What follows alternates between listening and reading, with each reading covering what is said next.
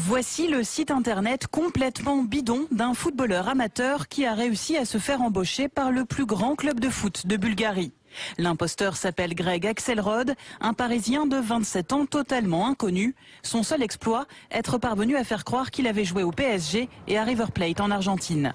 En Bulgarie, les dirigeants du CSKA n'y voient que du feu et décident de le prendre à l'essai. Mais un fan un peu trop curieux découvre la supercherie et le sportif en herbe est finalement exclu. La fin d'un rêve qui aura seulement duré 2 jours. Sur le site web du club bulgare, plutôt embarrassé de s'être fait avoir, plus aucune trace du joueur français. Mais Greg Axelrod rêve lui toujours d'être sous les projecteurs. Récemment, c'est sur le plateau de Tournai-Manège qu'il a tenté de marquer des points.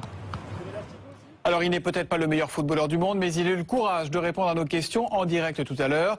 Greg Axelrod qui en profite pour mettre un peu d'ordre par rapport à tout ce qui se dit sur son compte, notamment sur Internet.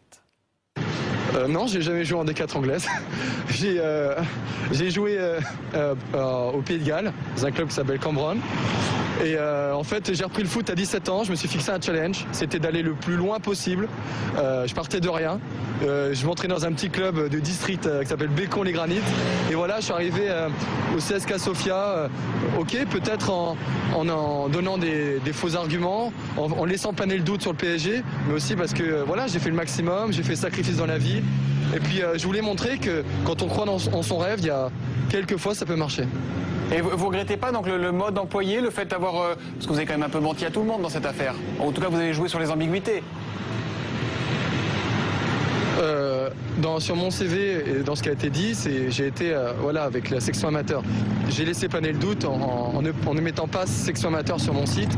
Mais après, tout le reste est vrai. Je me suis entraîné en Argentine et les clubs ne sont pas stupides. Ils prennent pas un joueur. Je dis bonjour, je m'appelle Greg, je veux faire du foot. Et on dira, ah, bah, ok, viens au CSKA, bienvenue. C'est quelqu'un qui m'a vu jouer en Argentine, parce que je m'entraînais là-bas, qui m'a envoyé au club du CSKA Sofia, tout simplement. Et après, quand on vient pas de la filière classique, c'est très très difficile voilà, de signer un contrat professionnel dans un grand club. J'ai peut-être vu trop grand, mais j'ai tenté et si ça avait marché, ça aurait été fantastique. Vous avez 27 ans aujourd'hui, hein, je crois. Est-ce que vous avez encore des espoirs de faire carrière dans le foot ou est-ce que maintenant c'est fini, c'est plié? C'est difficile pour moi. Là, je suis un peu sorti du football. Je m'entraîne avec un préparateur physique. Après, on ne sait jamais. Mais bon, pour moi, ce qui est le plus important, c'est que j'ai tenté, j'ai fait tout ce que je pouvais, j'ai mis beaucoup de choses de côté, j'ai fait un an de sacrifice. Et puis, voilà, le CSKA, c'est ma chance. Si j'ai été, je suis resté 3 jours d'entraînement. Si je suis parti, c'était pas du tout à cause du niveau sportif. C'était parce qu'il y a des forums qui sont amusés, voilà, à parler aux journalistes bulgares pour faire monter la sauce.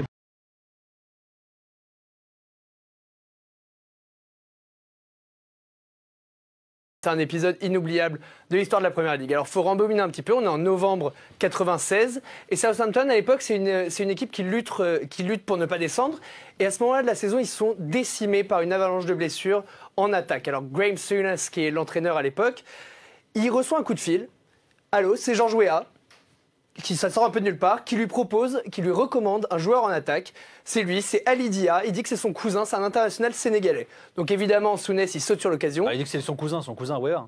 Ouais, il dit, voilà, la personne au bout du film, qui se présente comme Georges Weah, dit que c'est son cousin, un international sénégalais, et il lui recommande. Alors évidemment, il saute sur l'occasion, et je vous propose de regarder comment il le décrit. Son cousin international sénégalais. Bon, Georges Weah, Souness, il connaissait pas très bien la géographie africaine, à mon avis, mais il lui dit, voilà, il le prend à l'essai, et regardez comment il le décrit à l'époque. Played with George Weah at Paris Saint-Germain, and last year he was playing in the second division in Germany. And we said come down and train with us for a week or so and see what's what. So we're looking. Donc voilà, jusque-là, tout va bien. Sauf que les joueurs, eux, ils se doutent qu'il y a un petit truc qui cloche, il y a peut-être anguille sous roche. Je vous propose d'écouter Matt Letizier, la légende du club. So he came down on the Friday morning and he trained with us and he played in the five-a-side and to be honest, it didn't look very good.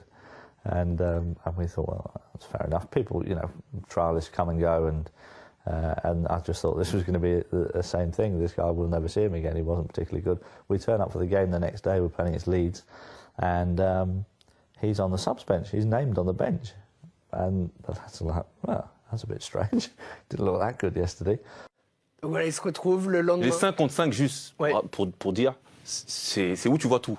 Ah oui? Ah ouais, c'est sûr, tu vois tout, tu vois défensivement, offensivement, il y a énormément d'actions, donc c'est court, et donc c'est là que tu vois les qualités et défauts des joueurs. Donc, Là, si le mec est vraiment pas bon, on le voit direct. C'est le révélateur. Alors. C'est mort. Donc du coup, voilà, il joue face à Leeds à domicile. Et puis là, on joue la 33e minute. Et Le Tissier, c'est le seul attaquant valable. C'est la star du club, mais c'est le seul attaquant valable. Il se blesse au mollet. Il doit être remplacé. Alors qui fait son entrée? Bah évidemment, c'est Ali Dia, avec son numéro 33 floqué dans le dos. Alors lui-même, je pense même pas qu'il s'attendait à rentrer. Et mine de rien, il va quand même se procurer une grosse occasion. Il a failli marquer. Voilà, c'est sa seule occasion du match parce que les joueurs disent qu'il s'éloignait au maximum du ballon sinon. Mais regardez, il est bien décalé par le meneur. Et il a failli marquer. Donc voilà, malgré tout, Le Tissier, il est sur le banc. Et écoutez, regardez ce qu'il en pense, ses souvenirs de ce match complètement improbable. And it was unbelievable. He ran around the pitch like Bambi on ice. It was very, very embarrassing to watch. And just after half-time, Graham Souness actually had to take him off again because he was that bad. I have no idea if he was George Weah's cousin or not. I don't think he was. Voilà, Comme Bambi sur la glace. La métaphore, elle est mythique, la comparaison. Moi, j'arrive. Mais là, on raconte, enfin, tu montres les images. Bien sûr, je le crois.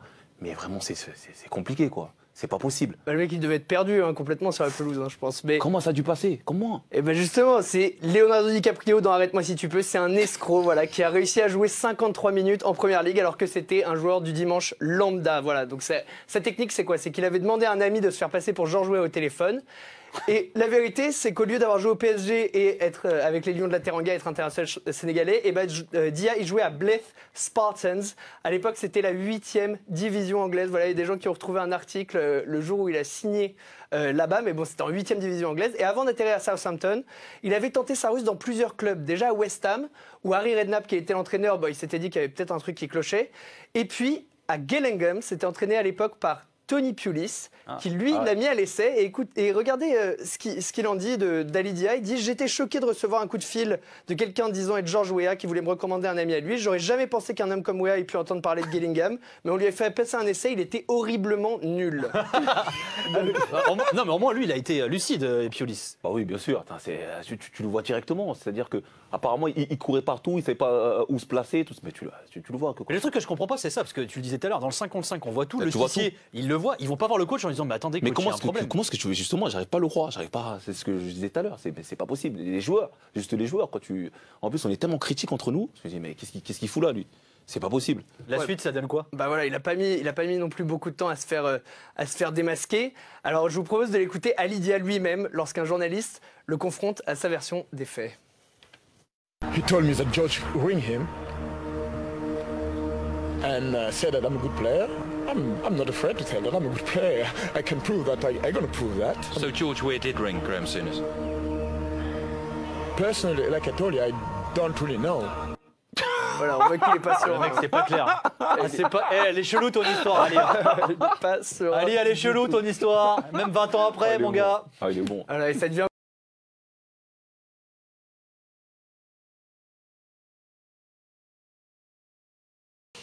Kevin, après un bref passage en Turquie, un passage aussi à l'AS Cannes, vous êtes déçu des agents que vous avez croisés sur votre parcours. Vous prenez donc les choses en main et organisez vous-même votre transfert à Grenade. Racontez-nous cet incroyable épisode. Ouais, c'est une histoire marrante. En fait, j'en avais marre, je voulais faire les choses moi-même. Alors j'ai pris mon meilleur pote, je lui ai dit écoute, viens, on commence toi et moi à travailler en tant qu'agent et tout. Et les choses commencent à se passer bien et je fais un transfert. Je fais le transfert de Johan Molo avec son agent Patrick Blondeau et Franck Bichon.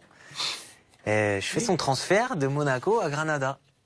Après, on le revend à Nancy et on lui fait une belle plus-value à Granada et tout. Et moi, je travaillais pas sous mon nom parce que j'avais peur en tant que joueur et tout, je savais pas, mais en fait, c'était légal. Donc, j'avais pris le nom de mon oncle, Eddy Suissa, tu vois. Ouais, allô, c'est Eddy, voilà, j'ai un joueur pour toi et tout. Et au fur et à mesure, on a commencé à devenir très potes, moi et le boss de Granada. Et je lui ai fait faire aussi, je l'ai conseillé de prendre Brahimi, Yacine Brahimi. Ouais. Je lui ai dit, prends-le. Et il était blessé à l'époque et tout, et franchement, il n'y avait pas grand monde qui le voulait, tu vois. Je lui ai dit, prends-le, tu vas voir, prends-le, c'est une bombe. Et il le prend, et Brahimi, il explose à Granada, il va à Porto et tout. Et moi, je sortais d'Israël, d'une saison en D1 israélienne. Bah, j'avais eu des blessures, j'étais à la rue un peu, tu vois. Et je me réentraîne, je me remets en forme et tout. Et là, je l'appelle, je lui dis, ouais, allô, c'est Eddy. Écoute, j'ai un bon joueur pour toi. J'ai été sûr. Vie de ma mère, hein. Tu t'es vendu. Il s'est vendu tout seul. Écoute, il s'est vendu sous un autre nom. Écoute-moi, j'ai une pépite, laisse faire. Mais quand il t'a vu, il a dit quoi? Écoute, un petit truc. Mais quand il arrive, il dit... Écoute, je lui dis, j'ai un bon joueur. Il joue en Israël. Mais arrête tes conneries là, je suis en train de parler du transfert de Brahimi à Porto, tu me parles d'un joueur, il joue pas en Israël. Je dis, écoute, fais-lui faire un essai. S'il est bidon, je te rembourse l'avion. L'avion, l'hôtel et tout. Il me dit, bon, vas-y, c'est pas ce que c'est toi et tout, je te fais. Je prends l'avion, je vais là-bas, je fais mon essai. Il me dit, putain, il est bon. Hein. Il me dit, je lui propose 6 mois, il se remet parce qu'il est fatigué. Je lui ferai 6 mois avec la réserve. Après les 6 mois, 3 ans de contrat avec l'équipe première. Et le mec à qui tu parlais, il t'avait jamais vu? Jamais. C'est un film, j'ai fait un film. Mais attends, c'est pas fini. J'arrive comme ça. Moi, je suis comme un fou. Je reprends ma carrière, je reviens en Espagne, le championnat que j'apprécie le plus. Et en plus, avec mon pote, tu vois, c'est pas que c'est moi, mais c'est mon pote, je l'adorais. Et alors, il m'appelle, on se met d'accord sur le salaire, sur le contrat après et tout. Maintenant, moi, j'étais à l'hôtel. Je parlais avec lui de l'hôtel, il savait pas que c'était moi. Le lendemain, je vais dans le bureau. Moi, je lui dis, attends, j'appelle le joueur, je vais voir s'il est d'accord et je te rappelle. Je raccroche. Je me dis, alors, t'es d'accord ou pas? J'ai fait des réunions à toi. C'est énorme. Auto-réunion. Bon, qu'est-ce que t'en penses? Bon, attends, écoute, je réfléchis. Ouais, bah putain, bouge ton cul un peu. Ouais, mais d'accord. Et le lendemain, je vais dans le bureau. Et il me regarde et il me dit, bon, j'ai eu Eddy, c'est bon, voilà le contrat, on va partir et tout, bonne chance, t'es là si t'as besoin de quoi que ce soit et tout. J'ai tout vu avec Eddy, c'est bon, t'as parlé avec lui. Je dis, ouais. Et moi, j'avais peur de parler, qu'ils reconnaissent ma voix, tu vois. Je dis, Comme ça, et j'ai signé le contrat. Et t'as pris combien de commissions, ton agent? Zéro. Il n'a jamais su. Il l'a jamais su, non, il l'a jamais su. C'est vrai. Ah, ça, c'est un Il l'a jamais su, mais je pense que s'il le sait, il s'énervera pas, parce qu'il me doit de l'argent encore, donc... T'es tombé sur plus escroc que toi, quoi.